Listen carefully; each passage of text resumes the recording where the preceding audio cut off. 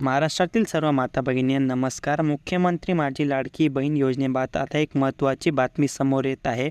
लाडकी बहीण योजना जी आपण फॉर्म भरत होतो ती वेबसाईट आहे ती आता बंद झालेली आहे।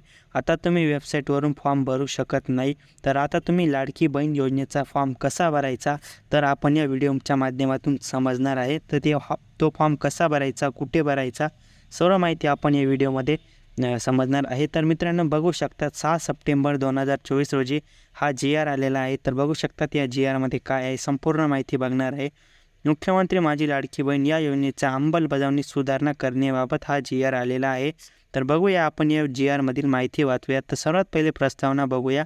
तर राज्यातील महिलांच्या आर्थिक स्वातंत्र्यासाठी आणि त्यांच्या आरोग्य आणि पोषणात सुधारणा करण्यासाठी आणि कुटुंबाची निर्णायक भूमिका मजबूत करण्यासाठी महाराष्ट्र राज्यात मुख्यमंत्री माझी लाडकी बहीण योजनेची अंमलबजावणी करण्यात येत आहे।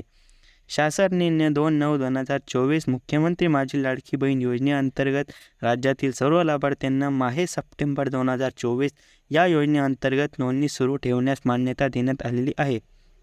या योजनेअंतर्गत यापूर्वी 11 प्रतिधृत व्यक्तींना अर्ज स्वीकारण्यात परवानगी देण्यात आलेली होती। आता सदर योजनेअंतर्गत प्राप्त होणाऱ्या अर्जाची संख्या मर्यादित होत असल्याने फक्त अंगणवाडी केंद्रात अंगणवाडी सेविकामार्फत अर्ज स्वीकारण्यात मान्यता देण्याची बाब शासनाने विचाराधीन केलेली आहे। तर मित्रांनो तुम्ही यापूर्वी जर तुम्ही यापूर्वी वेबसाईटवरती अर्ज भरत होते तर आता तुम्हाला वेबसाईटवरती अर्ज भरता येणार नाही।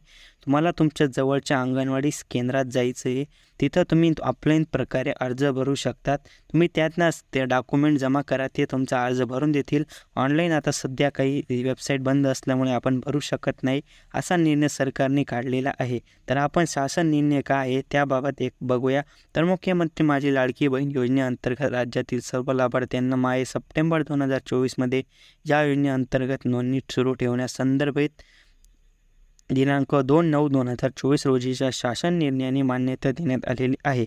या योजनेअंतर्गत शासन निर्णय 12/7/2024 व 25/7/2024 नागरी व ग्रामीण भागातील बालवाडी अंगणवाडी सेविका समूह संघटन CRF NULM MSRAM व MAVAM मदत कक्ष प्रमुख CMCT मिशन मॅनेजर अशा सेवक सेतू सुविधा केंद्र अंगणवाडी पर्यवेक्षिका ग्रामसेवक व आपले सरकार सेवा केंद्र या 11 प्राधिकृत व्यक्तींना अर्ज स्वीकारण्यात प्राधिकृत करण्यात आलेले आहे।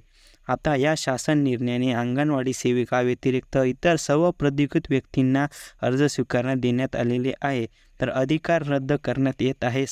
या शासन निर्णयाच्या दिनांकापासून फक्त अंगणवाडी केंद्रात अंगणवाडी सेविकामार्फत अर्ज स्वीकारण्यात मान्यता आलेली आहे। तर वरील दिलेल्या या सर्व गोष्टींपैकी आता कुठेच तुमचा अर्ज भरला जाणार नाही। तुम्हाला फक्त एकच ऑप्शन आहे, अंगणवाडी सेविकाकडे तुमचा अर्ज स्वीकारला जाईल। तर बघू शकतात फक्त अंगणवाडी सेविकाकडे तुम्ही हा अर्ज स्वीकारला जाईल। बघू शकतात मित्रांनो अशा प्रकारे हा GR आलेला होता।